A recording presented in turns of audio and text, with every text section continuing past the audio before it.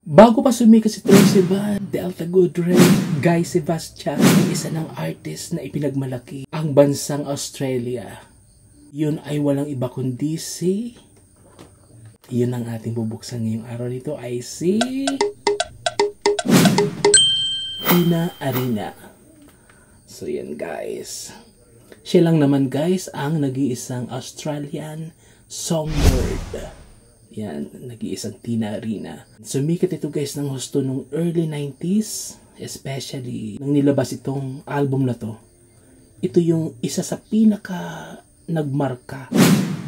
Iconic album ni Tina Arena to. Itong Don't Ask. Grabe. Ang dami nakuhang awards ni Tina Arena sa album na to.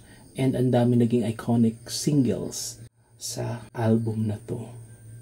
Personally, ako sa sarili ko, hindi ito yung pinaka-paborito kong album niya, yung Indie. Kasi talaga yun yung talaga sumikat dito sa Pilipinas.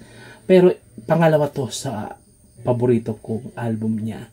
Pangatlo yung debut album niya, Strong as a Steel. Yun. Maganda din yun.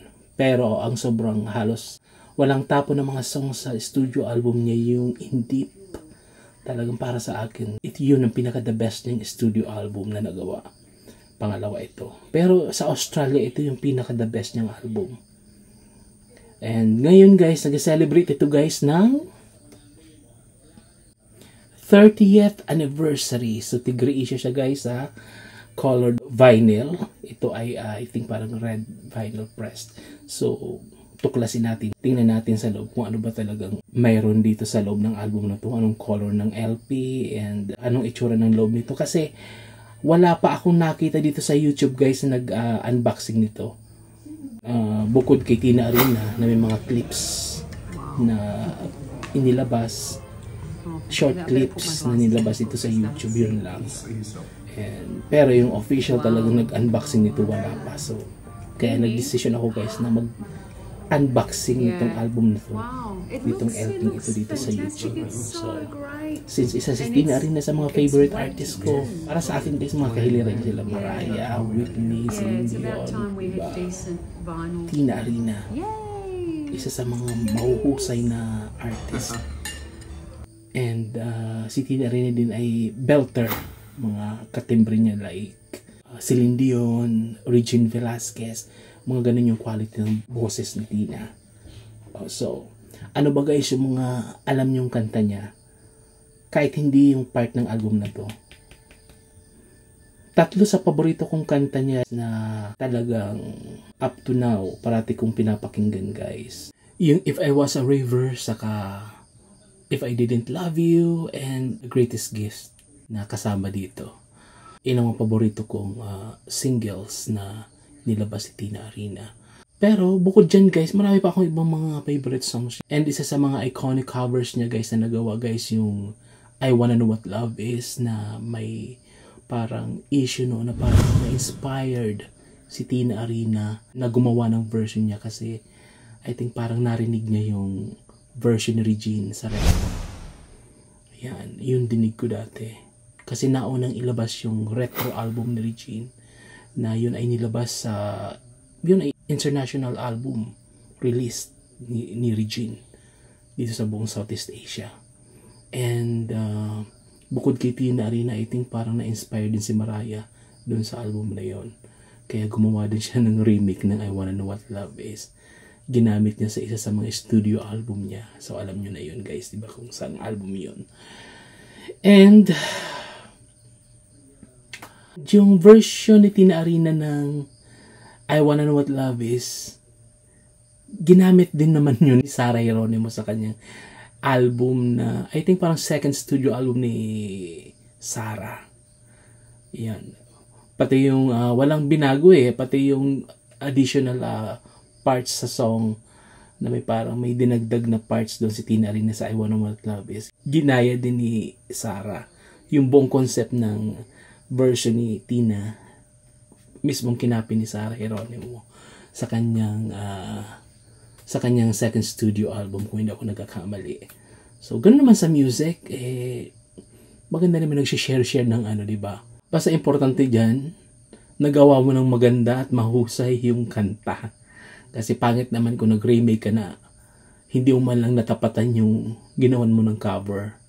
Diba? Yung original na kumanta. So, yun ang ibig ko sabihin. So, ito guys, basahin natin yung hype sticker. Nakalagay dito guys, Special 30th Anniversary 180-gram vinyl reissue. So, walang nakalagay kung anong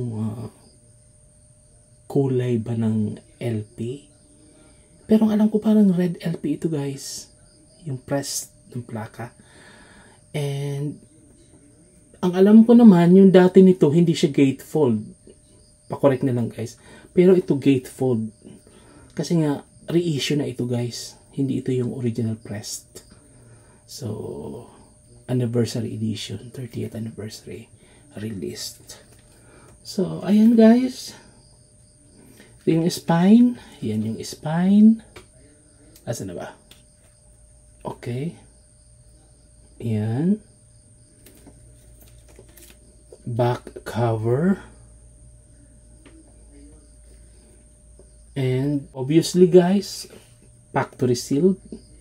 So kaya nga bubuksan natin ngayon guys. So ito yung track listing ng album. Basahin natin yung track list. Okay, yung unang song sa album na to, Chains, Heaven Help My Heart, Sorry to Moon, I Remember, Wasn't It Good, Message, Love is the Answer, Greatest Gift. Paborito kong song yan guys. That's the Way a Woman Feels, isa sa mga iconic na track sa album na to. And Be a Man, and the last track sa album na to guys, yung Standing Up. Galing, wow. Title pa lang, di ba? So, yung mga nagmarka guys dito ng mga singles na nilabas niya sa album na to, yung Heaven Help My Heart, saka Wasn't It Good, and yun na nga yung That's the Way a Woman Feels. Pero paborito ko guys dito yung The Greatest Gift. Diba? So yun guys. Huwag na natin patagalin. Buksan na natin to. And para masaksihan natin guys kung ano itsura ng loob. Wala pang nag-unboxing nito dito sa YouTube. So simulan na natin. Pero alisin ko muna to guys. Itong hype sticker na to. Kasi sayang. And baka ma-damage. Gusto kong ibalik siya dito sa plaka. Kasi importante yan eh. Para sa akin. Kasi dyan ang malalaman kung anong edition ba yan, reissue ba yan, anniversary edition ba yan. So, importante dapat binabalik yung mga ganito. Hindi tinatapon o pinupunit. So, para sa akin mahalaga yan. So, kunin muna natin to at ibalik natin sa album. So, yan.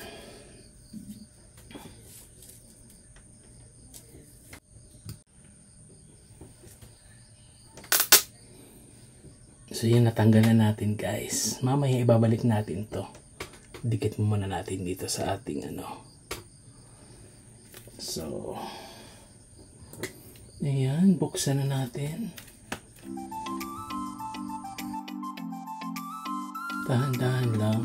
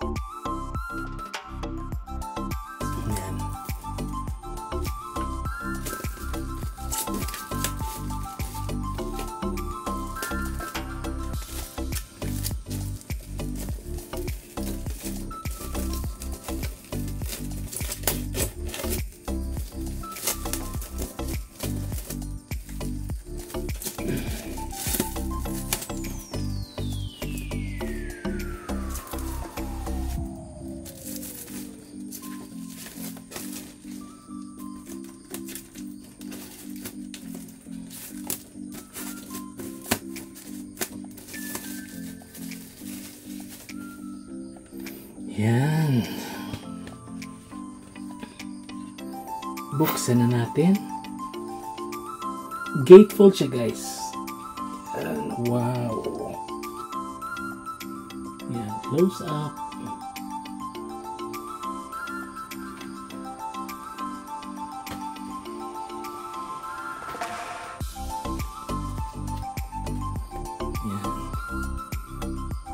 Inamoy talaga guys. Bagong bago. Yan, produced by David Tyson. Yan. Andito guys nakalagay yung mga lyrics ng song. And dito naman mga photos sa album. And I think parang mayroon ditong dedication sa fans. So, yung loob naman guys, kunin natin yung pinaka-plaka niya. Okay. Ito ay, ano lang siya guys, 1 LP. Wala siyang kasamang free download. So, wait a minute. Moment of truth. Ano talagang kulay nito guys? Kasi hindi naka-note doon guys sa hype sticker ko anong kulay ba talaga. So tingnan na natin ngayon. Abracadabra. Yeah. Yan. Oops. Red na. Amazing! Ginamit pa yung abracadabra ni Lady Gaga. Yan pa, isa pa yun sa kinakaabangan kong album guys. Yung latest album ni Lady Gaga. Gawan din natin yun ng unboxing pag dumating na. Kasi nag-pre-order ako guys. So, ito na siya guys. Wow. Match na match doon sa ano guys. Dito sa yung color ng LP, di ba red? Ito yung side B. Side B and side A. Yan. Ito ay anong pressed ba ito? Saan ba ito gawa?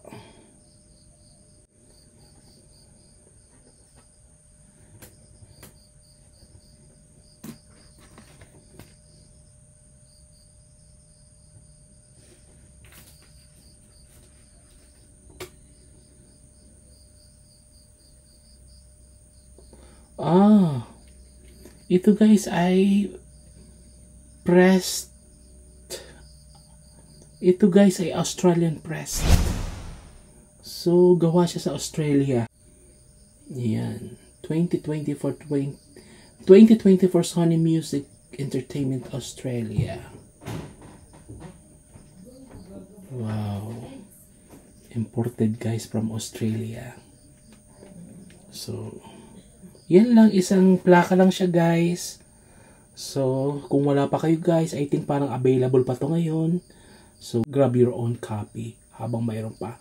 Kasi pag sold out na to guys, naku po, ang presyo nito, alam nyo na, out of this world. Kaya, bili na kayo habang mayroon pa. So, again, Don't Ask, Tina Arena, 30th Anniversary, Released Edition. So, yun. So hanggang dito na lang ulit guys. Thank you for watching. And huwag niyong kalilimutan guys na mag-subscribe. Yung mga hindi pa nakakapag-subscribe guys, pa-subscribe naman. And kung nagustuhan niyo ating video ngayon, pa-like na din. And parati kong sinasabi, always be kind. Thank you for watching guys. Tina Arena, Don't Ask. Yeah.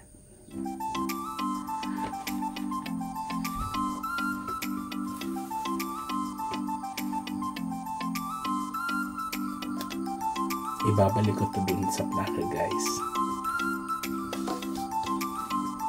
Thank you for watching.